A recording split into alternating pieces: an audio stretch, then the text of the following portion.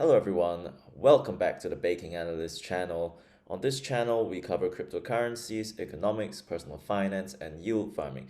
So if that sounds fun to you, do consider subscribing or leaving a like if you like the content. If you're completely new to the world of decentralized finance or DeFi, and you're just wondering what on earth this whole yield farming thing is and how people are making passive income just by staking their coins on these decentralized online protocols, I actually have a free DeFi course down below in the description. You can just use a free trial of Skillshare using a link down below, and you can cancel anytime at no cost to you whatsoever. So do check that out if you're completely new. So in this video, we'll be covering Harmony 1 updates. I'll be covering CRO or Chronos updates separately since I've made some moves in this area over the past week. And today we're mainly talking about not just farming, but leveraged farming.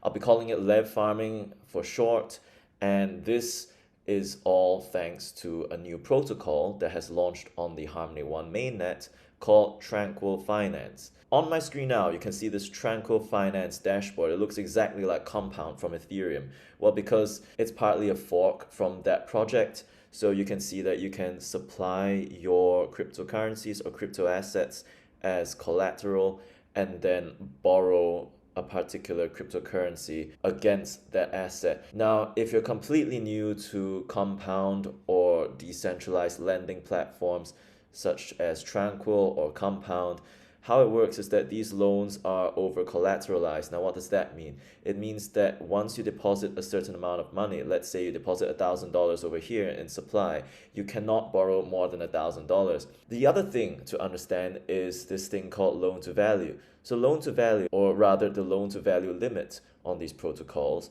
is essentially a percentage that determines the limit that you can borrow based on whatever collateral you've supplied. So obviously, if you have a lower quality or higher volatility collateral, you will be able to borrow against less of it, meaning your loan to value ratio will be lower. So if we have a look, for example, at 1, you can see that 1, obviously, it made new all-time highs, but it's still a relatively volatile asset. You can see that the collateral weight, or rather the LTV limit, is only 40%. Whereas if you go down to Bitcoin, a more large cap cryptocurrency, they only give you up to 50%.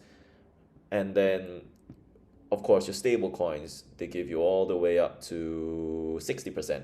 So now that you've gotten the idea of loan to value and over collateralization, let's talk a bit about some opportunities that we might see using this protocol in conjunction with yield farms and whether or not these are worth it at all. So perhaps it would be easier to break down this lev farm opportunity into two parts.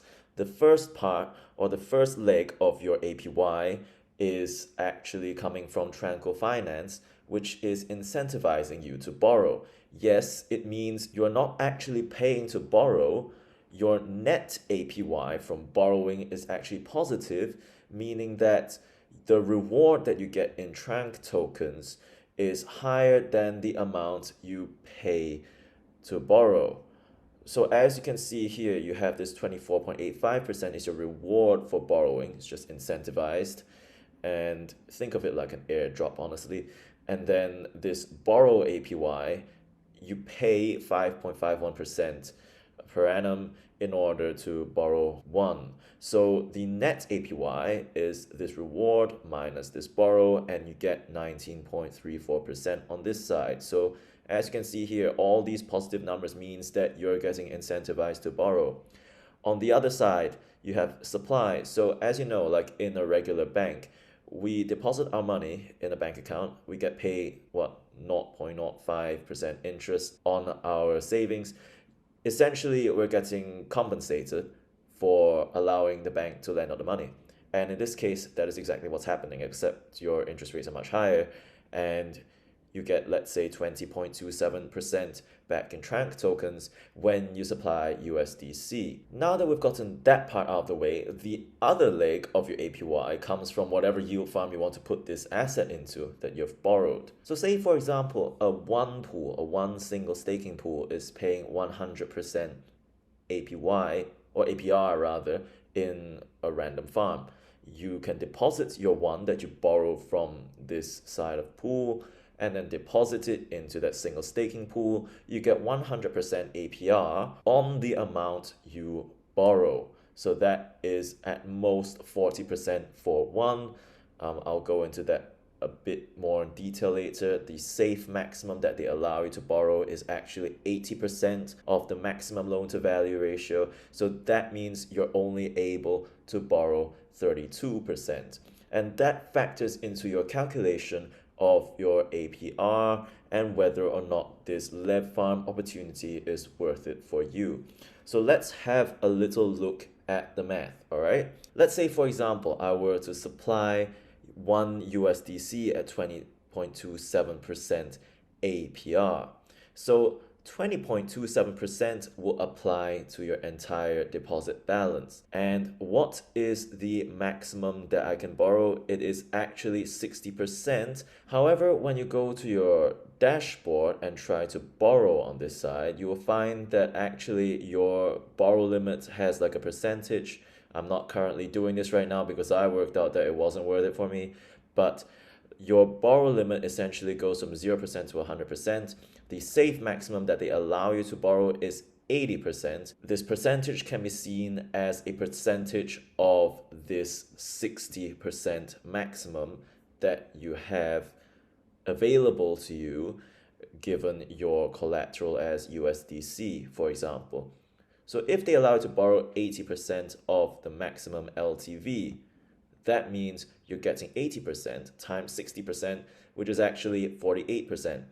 So 48% is the additional amount of funds that you'll be able to take out of this protocol and use on whatever yield farm you want, okay? So to make things a bit clearer, I'm just going to do the calculations right on screen here. So you have 20.27%, and that's just multiplied by 1 because that applies to your whole balance, plus 48% times, what's the borrowing APR? The borrowing APR is 6.14%.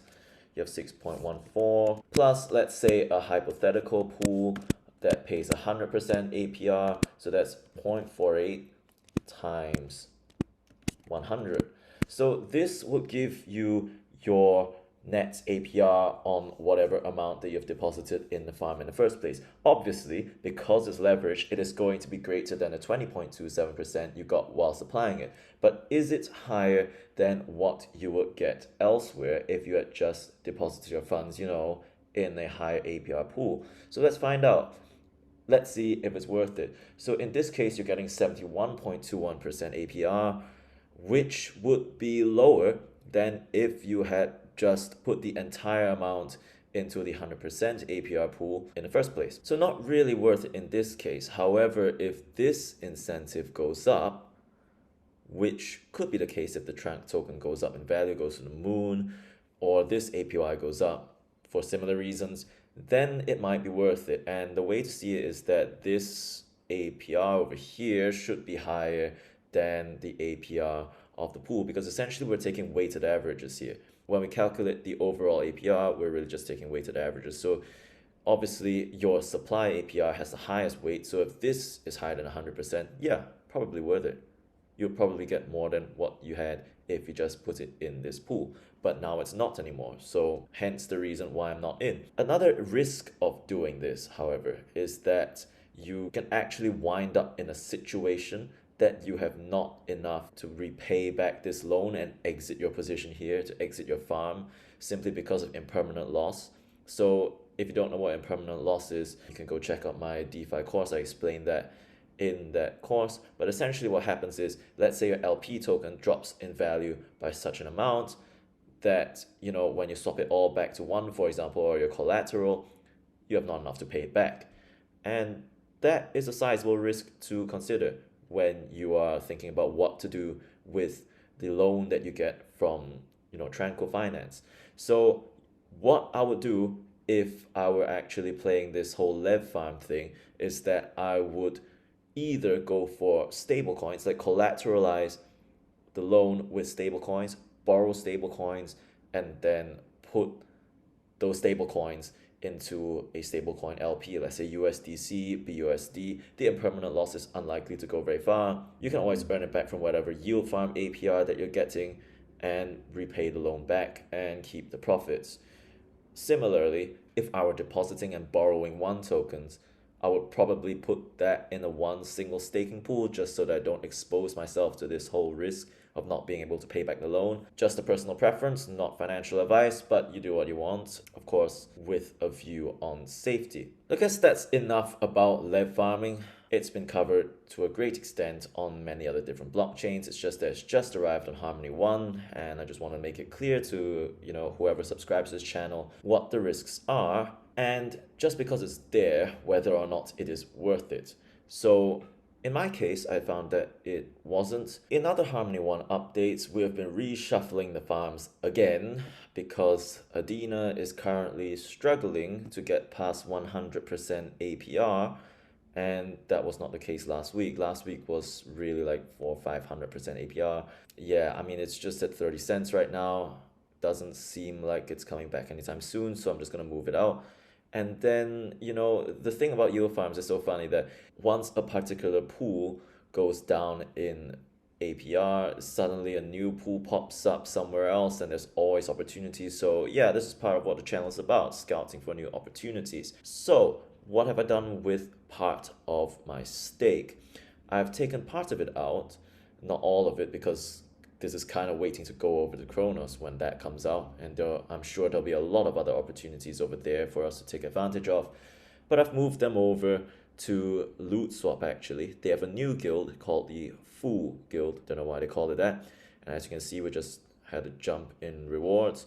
Currently, the APRs are looking pretty juicy. Of course, there is a 3% deposit fee, but 3%, this 664% APR will probably earn that back in about 2 to 3 days. So let's talk a bit more about the Fool Guild. So the Fool Guild, let's look at the documentation. They claim to be a wealth management guild. They seek to list quality pairs of coins. As we can see, looking into the current pools and rewards, we see that there's currently, just these stable coin pools that are live, and then there are the BUSD, USDC, you have your Bitcoin One pool, which I'm pretty sure will be very popular, and then, more stable coin pools. So it's a good place to park, excess liquidity that you have if you want to earn really, really high rates of interest. Loot Swap has been around for quite some time. The contracts seem to work properly. They've been working properly since I've started using them. So I can't really find that much information on the tokenomics of Fool. However, it does seem to be the case that emissions are stable. However, when we look over here, they say that emission multiplier is 16%, and this may go down over time. So really, it's anyone's guess. However, if you are thinking of moving funds over to Kronos, I wouldn't recommend putting all of your funds from Harmony into this pool, because as you can see, there's a withdrawal fee just like ViperSwap. It goes down over time, of course, but yeah, just something to take note. Finally, locking and unlocking of rewards. Fool is a bit different from things like ViperSwap or LootSwap, where they lock up 95% of the rewards and only unlock 5%. This is sort of the other way around. You have 75% of your rewards are completely unlocked. You can do whatever you want with them, and 25% are locked. So we can just take this APR and multiply it by 75% to get our unlocked APR, which, as you can tell from some mental math and just looking at the numbers, seems pretty attractive. If you're looking to get into this pool at some point, you might as well do it early just to make back your deposit fee. Of course, always do your own research and figure out whether this is right for you. This has been all for this week's Harmony One updates. I'll be releasing a separate video on CRO or Kronos updates. That has just gone to an all-time high. I hope this video has been useful and informative on lev farm opportunities and whether it's worth it for you. And if you found it useful or interesting, do hit the like button and consider subscribing to the channel. Really helps us out. Thanks for watching, and see you in the next one.